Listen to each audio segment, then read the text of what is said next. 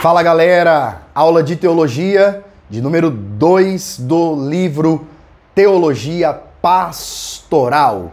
Seja muito bem-vindo aqui no meu canal e eu quero mandar um abraço e um alô especial à turma de teologia do núcleo 298 do IBAD, aqui em Fernandópolis, interior de São Paulo. Se você não me conhece, eu sou Micael Henrique e você está aqui no meu canal, onde todas as semanas nós temos as videoaulas de Bíblia, teologia, aprendendo juntos da Palavra de Deus. Esta aula de número 2 tem por título Os Desafios da Vida Pastoral.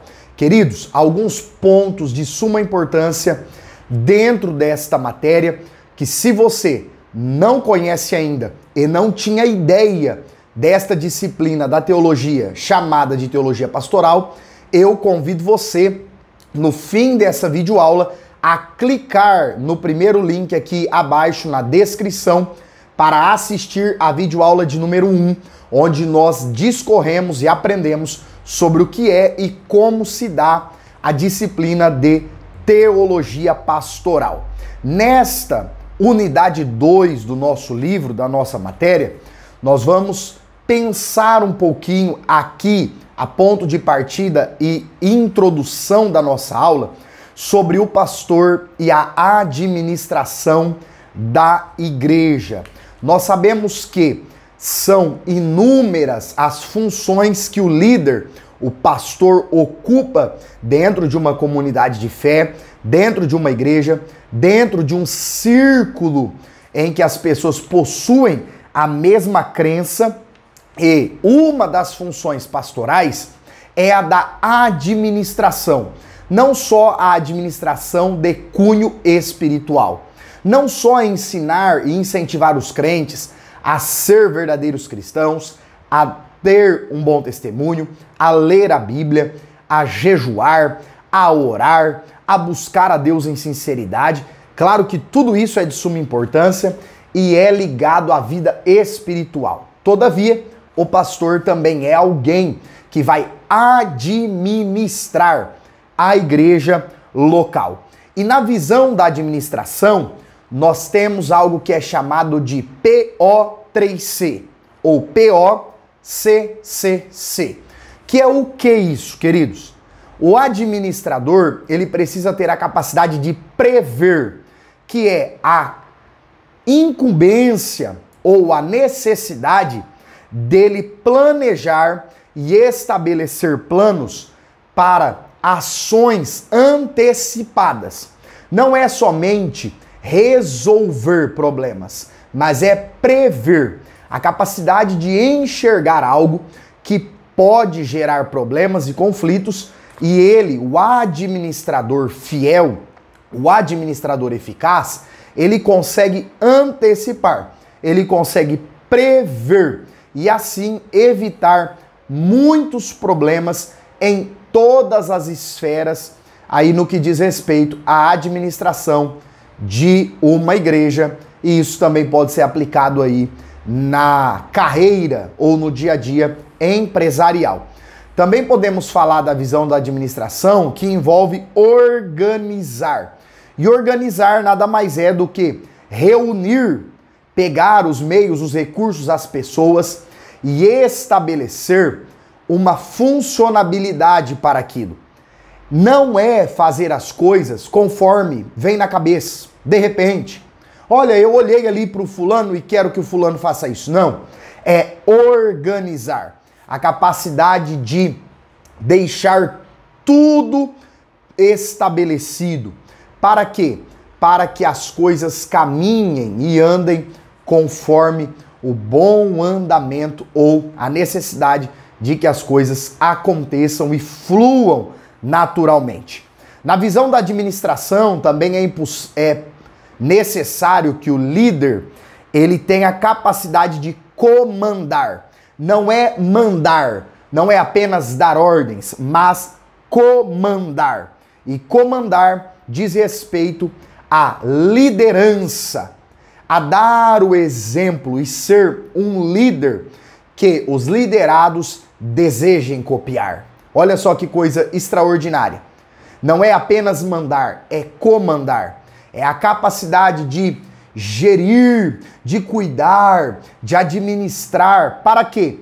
Para que os liderados tenham o desejo de copiar a sua liderança. Agora, comandar não é só bênção, não é somente os benefícios. Comandar também exige muita responsabilidade. Por que isso? Porque aquele que comanda é o primeiro a tomar as decisões. Então, você aí que aspira a ser um líder, que deseja, tem esse chamado de Deus para a sua vida, para a sua carreira cristã, você e eu precisamos entender que comandar, tomar decisões importantes faz parte desta chamada e é algo extremamente melindroso, requer cuidado, requer sabedoria e capacitação. Também é necessário, na visão da administração, que aquele que vai administrar consiga coordenar. E para coordenar aquilo que ele está comandando, aquilo que ele está administrando, é necessário acompanhamento. Não são poucos os líderes que estabelecem as funções, delegam as funções para os seus liderados e não fazem um bom acompanhamento daquilo. E sem um bom acompanhamento, é inevitável. A equipe não vai funcionar bem, a igreja não vai funcionar bem. Por quê? Porque aquele que está administrando, o pastor, o líder, ele precisa coordenar, ele precisa acompanhar para ir, olha, isso aqui está ótimo, vamos continuar, isso aqui não foi bem, vamos alterar, olha, essa estratégia que nós estabelecemos, ela poderia ser melhor, podemos fazer isso, aquilo, e dessa forma, coordenando as pessoas, as estratégias, aquilo que está sendo feito, o administrador, e no nosso caso aqui, o pastor, terá mais êxito no seu trabalho. E por fim, controlar. É ter um controle do que está acontecendo. Em que sentido isso, professor Micael? Avaliar resultados, pedir feedback, ou seja, pedir um retorno, questionar, sentar, conversar com os seus liderados, com aqueles que estão ali com as obrigações delegadas. Olha, o que vocês acham, isso aqui, o que podemos melhorar, o que vocês acharam dessa experiência, o que vocês viram de êxito, o que vocês viram que nós não fomos bem. E dessa forma, o administrador terá uma visão mais ampla e alcançará o êxito no seu trabalho. Agora, existem 6 princípios que regem a administração. E aí, se você desejar escrever isso, anotar, é muito importante porque ajuda no nosso aprendizado. Então veja aí, aluno, olha só, hein? 6 princípios aí fundamentais que regem a administração. Primeiro princípio, legalidade. O líder, principalmente aí o pastor, ele deve andar dentro da lei. Ou seja, ele precisa respeitar as leis vigentes no seu país, na sua cidade, ali no seu município, na comunidade que o cerca. Isto é, alguém que anda dentro da legalidade. É claro que nós sabemos que algumas leis humanas ferem os princípios bíblicos, e neste caso a Bíblia diz que mais importa obedecer a Deus do que aos homens. Todavia, naquilo que as leis humanas não contradizem as escrituras bíblicas, nós devemos andar dentro das leis. Isso é de suma importância. Também precisamos aí colocar como um princípio aplicado à administração a moralidade. O andar em justiça, em honestidade, o bom caráter. Ninguém respeitará um administrador, um pastor, um líder que não anda dentro de uma moral. Ninguém irá respeitar. Muitos pastores, líderes, administradores reclamam, questionam que os seus liderados não os respeitam e não os valorizam, mas às vezes se esquecem desse princípio da moralidade. O outro princípio, terceiro princípio aí, aplicado, fundamental à administração, é o princípio da impessoalidade. Ou seja, alguém impessoal é alguém que não visa primariamente os seus interesses pessoais. Ele não visa autopromoção ou próprio benefício. Ele não coloca em primeiro lugar na sua vida o seu eu, e sim as pessoas. E sim o bem maior. Isso faz com que um administrador tenha êxito. Quarto princípio fundamental aí da administração, nós podemos falar da razoabilidade. O que é isso, professor Micael? É o equilíbrio. É ser alguém razoável. Olha, falaram isso do fulano. O administrador, o pastor, o líder não vai acreditar a primeiro momento. Ele vai ouvir o lado A, ouvir o lado B. Olha, aconteceu aquilo, aquilo, aquilo. Ele não vai pegar aquilo de pronto e tomar uma decisão. Ele vai ouvir as partes, ele vai pesar ele vai avaliar aquela situação. Ele não vai puxar nem para a direita e nem para a esquerda, porque ele é alguém razoável, alguém equilibrado. Aí um quinto princípio fundamental da administração é a transparência. Queridos, nós vivemos em um tempo em que líderes que não atuam com transparência não terão o respeito das pessoas. Infelizmente, são inúmeras as vezes que nós vemos pessoas reclamando dos seus administradores e dos seus líderes por falta de transparência. Então, o administrador, o líder, ele precisa ser transparente em todas as áreas, não é só com relação às finanças, ao dinheiro, em todas as áreas. E por fim, a eficiência. Ser um líder e ser um administrador eficiente é o sexto princípio da administração. E nem sempre a eficiência está ligada ao sucesso humanamente falando. Paulo foi um administrador eficiente, apesar de ter perdido a própria vida em prol do reino de Deus. Os homens diriam que ele não foi eficiente, mas, ao cumprir com êxito o seu chamado, ele mostrou competência, sabedoria, honestidade. Então ele foi sim eficiente. Por fim, nós podemos destacar aqui nesse capítulo 1 da aula 2 de Teologia Pastoral, vários homens da Bíblia que foram administradores por excelência. Nós temos o Noé com a construção da arca, nós temos José no Egito, nós temos Moisés liderando ali quase 3 milhões de pessoas que saem do Egito e vão em direção à Terra Prometida. Nós temos o Jetro, que é o sogro de Moisés, nós temos o Josué que conduz o povo entrando na terra, temos Neemias sendo usado por Deus para administrar a equipe que vai reconstruir os muros, Daniel na Babilônia, os apóstolos ali estabelecendo as igrejas e, sem dúvidas, o maior dele que foi o Senhor Jesus Cristo. Agora, avançando, eu queria pensar com vocês sobre o pastor e os cuidados com o povo de Deus. O pastor, o líder, o administrador, por ser exemplo, ele precisa tomar alguns cuidados em especial. E aí o livro coloca aqui, o primeiro deles, os cuidados físicos. Gente, de nada adianta um líder extremamente espiritual, cheio de Deus, cheio de unção, que está extremamente enfermo, doente.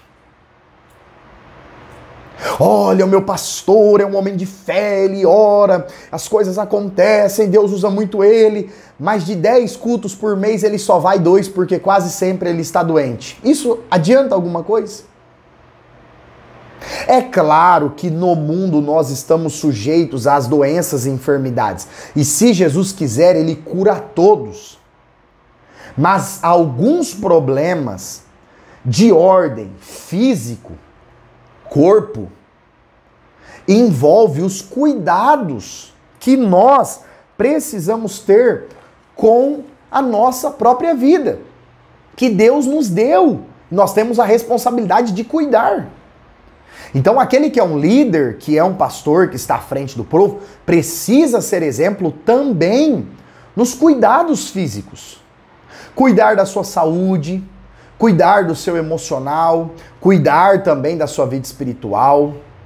Isso é extremamente necessário. Às vezes, procurar uma ajuda médica, uma ajuda nutricional para se alimentar melhor, fazer exercícios físicos, a prática de exercícios ajuda muito nessa questão aí da saúde. Então, é um cuidado que não pode ser negligenciado. Depois nós temos os cuidados emocionais. Porque aqueles que estão em posição de liderança, infelizmente, a pressão sobre eles é algo terrível.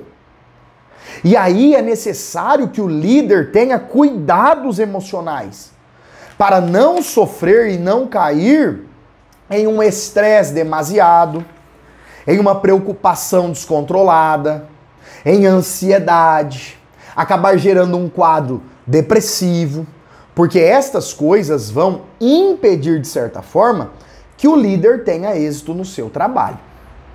E aí também nós podemos falar dos cuidados com relação à responsabilidade social. Porque o líder é alguém que não está preocupado em cuidar apenas de si, mas ele está preocupado com a sociedade que está em volta dele. A igreja local, aquele bairro, aqueles moradores, as pessoas que podem ser alcançadas. E muitas vezes esse é um cuidado também negligenciado. Então, são esses aí principais cuidados no âmbito humano, é claro, que o líder, o pastor, o administrador deve ter. No capítulo 3, nós podemos falar do pastor e da etiqueta. Gente, olha só que coisa extraordinária. Essa ideia de etiqueta, de bons modos, surgiu no século XVI, depois do ano 1500, num período filosófico aí chamado de renascentismo, e foi, segundo alguns estudos, lá no continente europeu, principalmente na França, na Alemanha, na Itália e na Inglaterra, que surgiu essa ideia da etiqueta. De forma prática, o que seria a etiqueta? A capacidade de um pastor, de um líder, conseguir entrar e sair de todos os lugares.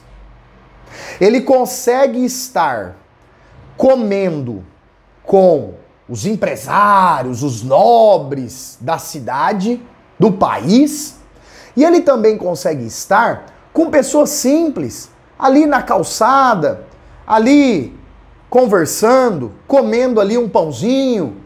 A capacidade de entrar e sair, de se comportar bem, com uma atitude boa e agradável, em todos os lugares e diante de todas as pessoas. Isso envolve a etiqueta que o pastor precisa ter, o líder precisa desenvolver. E aí, sobre etiqueta, nós podemos falar, por exemplo, da higiene.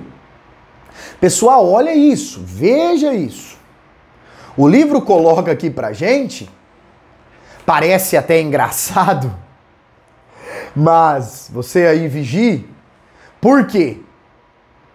Algumas pessoas se esquecem de tomar banho, escovar os dentes, passar as roupas. E aí, queridos, nós sabemos que o líder precisa dar o bom exemplo. Quer ver um exemplo disso aqui? Uma ilustração? Em muitas igrejas, o orador, o pregador, ele pode estar com uma camiseta, como no caso aqui, que é uma camiseta de um congresso de jovens que eu ganhei de um grupo de irmãos. Inclusive, se você aí na sua igreja local fizer um evento, me convidar, separe uma para mim, glória a Deus. Agora, veja só, ou somente de camisa social. Pessoal, aquele que vai falar, ele transpira muito, ele soa muito. E às vezes a roupa fica toda marcada no corpo. É prudente que se vista uma outra camiseta mais fina por baixo para absorver esse suor. Ao terminar uma pregação, uma palestra, se o líder vai se deslocar, sair para um lugar com aqueles irmãos que o convidaram, seria prudente levar uma outra vestimenta para vestir, para retirar aquela roupa suada que às vezes pode causar um mau cheiro. Então, isso tem a ver com alguns cuidados. Cabelo, barba, os famosos, a gente chama de pelo, apesar da expressão correta ser cabelos, né? Mas deve ser bem observado. Nos contextos em que a barba é permitida, deve ser aparada, deve ser cuidada. É muito feio um líder chegar em um ambiente, igual os judeus lá do tempo da Bíblia, com aquela barbona aqui assim. Transmite uma ideia de falta de cuidado, de falta de zelo. O cabelo todo bagunçado, mal penteado, às vezes curto demais, grande demais. Então são alguns cuidados que têm a ver com a etiqueta do pastor. Depois nós podemos falar sobre o uso de perfumes e roupas, que deve sim ser observado. A roupa, o perfume, deve ser algo formal, algo que não chame atenção. Eu costumo usar uma expressão que é chique, porém modesto. É a capacidade de vestir-se de uma forma elegante, porém com modéstia. De forma que, independente do lugar que você vá ou esteja, aquela roupa cause uma impressão agradável. Para os homens não tem como errar. Terno preto ou azul escuro, camisa branca e uma gravata. Então, não há como errar. Ok, pessoal? Avançando, nós podemos falar sobre o pastor e as cerimônias. E aqui cerimônias de todo tipo, viu? Casamentos, funerais, que seria ali uma cerimônia fúnebre. Não existe culto fúnebre, gente, porque culto é para Deus. Amém? Então é cerimônia fúnebre. Também eventos cívicos, um evento da cidade, da prefeitura, o pastor foi convidado. É muito importante que o pastor seja pontual. O líder, o pastor, o administrador, aquele que vai ali falar, se possível, ele deve chegar com 10, 15 minutos de antecedência. Nesse caso de casamento, cerimônia fúnebre, evento da cidade, evento cívico, deve chegar pelo menos com 1 ou meia hora antes para colher os dados, os nomes, o que é que está acontecendo. É de suma importância isso. A questão da pontualidade. Ah, irmão, brasileiro é acostumado a atrasar, é assim mesmo. Nada disso. Isso é falta de etiqueta, falta de ética. Ok? Depois nós podemos falar da etiqueta nas refeições. Pessoal, nós precisamos tomar cuidado nas refeições. Ah, o crente é conhecido porque crente não bebe, mas come, que é uma beleza. Será que isso é um elogio? Fica aí, ó. Ponto de interrogação. Será que isso é um elogio para nós? Não estou falando que você deve ir lá pegar uma colher de arroz, uma colher de feijão e um pedacinho de carne. Não. Você pode se alimentar bem. Porém, com modéstia. Com prudência. Para que não cause uma má impressão. Depois a etiqueta no púlpito. E aí nós podemos ligar lá com a aula de homilética, que é a arte de pregar, que tem vídeo aqui no canal. Se você nunca assistiu, procure aí aula de teologia, homilética, professor Micael Henrique. Você vai encontrar essas dicas. A etiqueta no púlpito, o modo de sentar.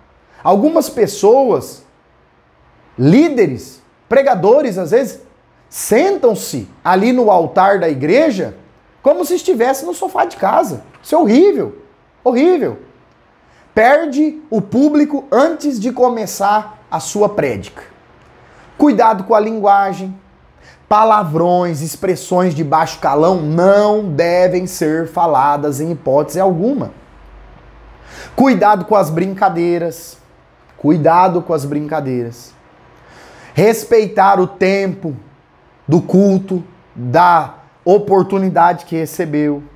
Não ficar batendo papo, conversando desnecessariamente. Não ficar lendo, seja a Bíblia, seja qualquer outra coisa, durante o desenrolar do culto ou do evento. Isso é extremamente antiético. Gesticular de forma natural, vestir-se de forma adequada, receber as pessoas bem, cumprimentar as pessoas com amor, com carinho. No caso daquele que é o pastor local, apresentar corretamente as pessoas pelo nome. Se percebe que a pessoa é acanhada, vergonhosa, não precisa ficar de pé e visitando, não precisa, no caso da pessoa ali que é acanhada, que é fechada, que é vergonhosa. Não é necessário. Cumprimentar as pessoas com as mãos, principalmente no caso de líderes e pastores, evitar beijo no rosto, abraço, principalmente com pessoas do sexo oposto, porque isso causa uma má impressão. Então são alguns cuidados de etiqueta, de ética, que o líder deve sim observar para que tenha o respeito da comunidade de fé que ele está servindo. Depois nós podemos falar aqui no capítulo 4 do pastor e administração dos recursos. Não pense em recursos somente financeiros. O primeiro tipo de recurso é o recurso humano, pessoas. Nós precisamos entender de uma vez por todas. No reino de Deus não existe função maior e menor. No reino de Deus não existe chamadas maiores e menores. No reino de Deus, o importante é nós estarmos fazendo o que Deus nos chamou para fazer. Fácil, né? Se Deus chamou alguém para a diaconia, para servir na porta, para recepcionar, para cuidar, para limpar, para servir uma água, e a pessoa faz aquilo com excelência, ela é tão abençoada e honrada por Deus do que aquele que Deus chamou para ensinar, para pregar, para liderar. Somos nós, seres humanos, que fizemos uma separação disso. Deus não a faz. Porque no reino de Deus, o Senhor estabelece cada um na chamada que ele quis. E aí é de suma importância que o pastor, que o líder, consiga enxergar a chamada de Deus na vida de cada pessoa e administrar, colocando essa pessoa naquilo que ela foi chamada para fazer. Eu gosto muito de uma frase, ela é extraordinária e chocante. Se eu não estiver enganado, ela é uma frase do bispo T.D. Jakes, que disse que o maior fracasso é ter sucesso naquilo que Deus não nos chamou. Quer ver um exemplo? Talvez Deus chamou alguém para ser um pastor, um missionário, para servir em tempo integral na sua obra. E o camarada se tornou um mega empresário de sucesso. É pecado ser um mega empresário? Não. Com temor a Deus, dentro das leis, não é pecado. Mas se Deus chamou a mim para A e eu sou um sucesso no B, Deus não está sendo glorificado nisso. Então perceba, no reino de Deus o importante não é ser bom nisso ou naquilo. O importante é estar e cumprir o chamado que Deus nos chamou para cumprir. Fica claro isso? Depois aí a administração dos recursos financeiros. Nós temos na Bíblia diversos textos bíblicos que falam da necessidade financeira das igrejas. Irmãos, não é porque existem falsas igrejas, não é porque existem alunos, aí os falsos líderes, que as igrejas deixaram de necessitar das contribuições. Nós precisamos ter maturidade para compreender isso. Agora, cabe aos líderes a boa administração desses recursos. E é por isso que uma liderança saudável tem uma equipe.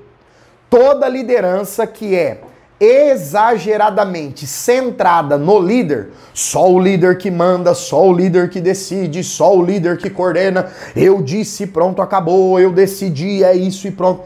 Toda liderança que é assim tem mais a ver com chefiamento do que com liderança.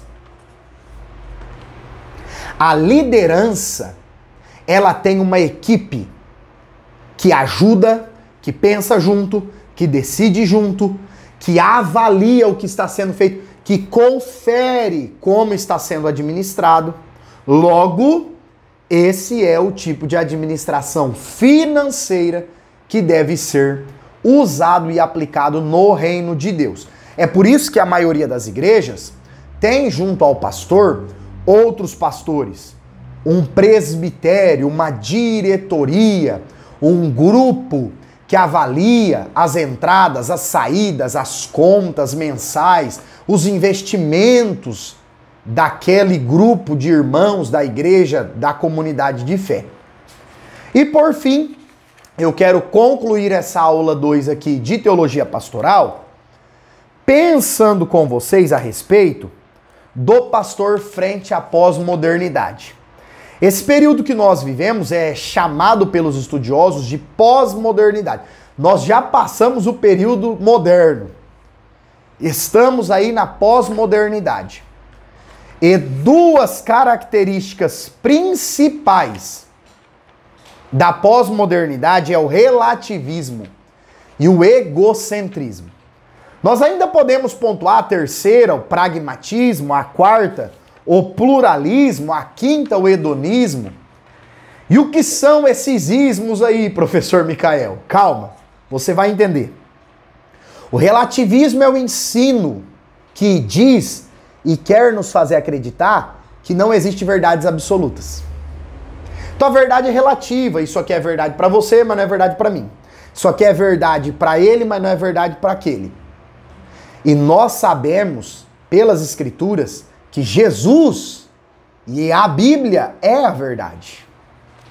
Então é um desafio o pastor liderar nesse período da pós-modernidade por conta disso.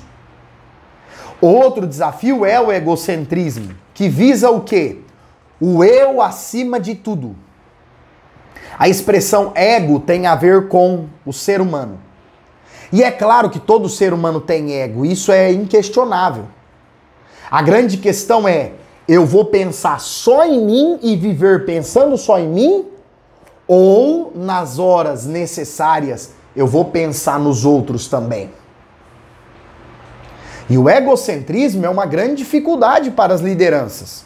Sejam elas religiosas, lideranças profissionais, empresariais, o egocentrismo é um desafio. Um funcionário que não consegue fazer com excelência o seu trabalho que está sendo remunerado para fazer, é porque ele só pensa nele. Ele não pensa naquele que está pagando, não pensa nas pessoas que ele está servindo, nos clientes que ele está atendendo, nada disso. Aí depois, falando sobre o pragmatismo, tem a ver com o quê? Pragmatismo, gente, é o seguinte: se é fácil, rápido e prático, eu quero. Se é difícil, eu não quero. Por que as pessoas não gostam de estudar? Você já parou para pensar nisso? Porque estudar não é algo pragmático. Estudar exige atenção, tempo, dedicação. Às vezes você precisa ler e aprender algo 10 vezes para conseguir decorar e entender. É por isso que a sociedade está cada vez mais levada ao pragmatismo. Eu não vou entrar nesse trabalho não, porque eu não posso já entrar ganhando 10 mil reais por mês. Eu quero um trabalho desse.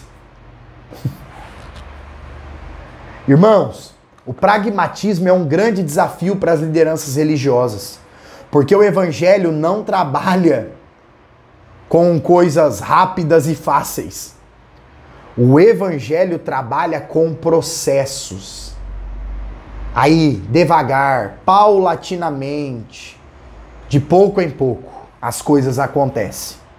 Depois o pluralismo, que quer ensinar, é uma visão aí filosófica, que ensina que não existem padrões absolutos. Não existem padrões de vida, de norma, de conduta estabelecidos para todos. O que é padrão para um não é padrão para o outro. E a Bíblia, a visão bíblica, não é esta. E nós podemos fechar essa aula de hoje falando sobre o hedonismo. E o hedonismo nada mais é do que a busca incessante pelo prazer. A busca incessante pela autorrealização. Infelizmente o mundo está contaminado pelo hedonismo. Eu faço o que eu quero, meu corpo, minhas regras, o importante é ser feliz, o importante é o meu prazer. Isso é hedonismo. E o líder, o pastor, o administrador da igreja do Senhor precisa estar pronto, com a palavra de Deus nas mãos, para combater esses falsos ensinos e, de forma correta, mostrar aos seus liderados o que é a vontade de Deus para nós. Se você chegou até aqui, eu queria que você deixasse o seu comentário aí abaixo do vídeo. A expressão aí que é segredo, hein? Só para quem chegou no final do vídeo é desafio pastoral. Se você chegou até o final desse vídeo, escreva aí desafio pastoral, que na próxima aula eu vou comentar quem são os alunos, os visualizadores aí das videoaulas que estão assistindo até o final. Pessoal, próxima aula, a aula de número 3 de Teologia Pastoral, nós vamos falar sobre a vida pessoal e familiar do pastor. Espero que essa aula tenha te abençoado. Se você gostou, lembra de curtir esse vídeo, se inscrever no canal e compartilhar esse vídeo com mais pessoas. Deus abençoe você. Fiquem todos na paz do Senhor Jesus. Valeu!